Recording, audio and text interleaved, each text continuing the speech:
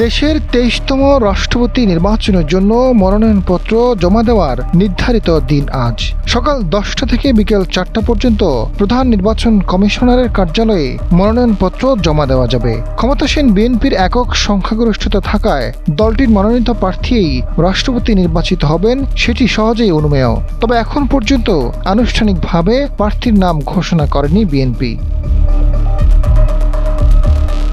দলীয় সূত্রে জানা গেছে, মনোনয়নপত্র জমা দেওয়ার আগেই প্রার্থীর নাম জানানো হবে। এরই মধ্যে ক্ষমতাসীন দলটি রাষ্ট্রপতি নির্বাচনের রিটার্নিং কর্মকর্তার কার্যালয় থেকে ২টি মনোনয়নপত্র সংগ্রহ করেছে। এদিকে ২৩তম রাষ্ট্রপতি নির্বাচনে অংশ নেওয়ার সিদ্ধান্ত নিয়েছে জামায়াত ইসলামী নেতৃত্বাধীন ১১ দলীয় ঐক্য। জোটের অন্যতম শরিক লিবারেল ডেমোক্রেটিক পার্টি এলডিপির সভাপতি কর্নেল অবসরপ্রাপ্ত অলি আহমদকে রাষ্ট্রপতি পদে প্রার্থী ঘোষণা করা হয়েছে। তবে সংসদে সংখ্যাগরিষ্ঠতা না থাকায় জামায়াত নেতৃত্বাধীন জোটের প্রার্থীর জয় প্রায় অসম্ভব বলেই মনে করা হচ্ছে। কারণ সংবিধানের ৭০ অনুচ্ছেদের বিধানের কারণে সংসদ সদস্যদের দলীয় সিদ্ধান্তের বাইরে ভোট দেওয়ার সুযোগ নেই।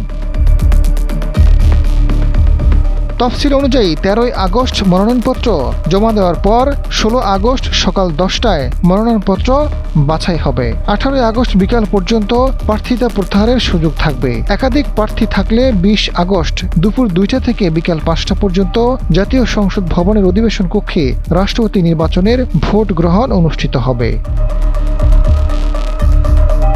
আজাদ ফারুক, সময়ের আলো।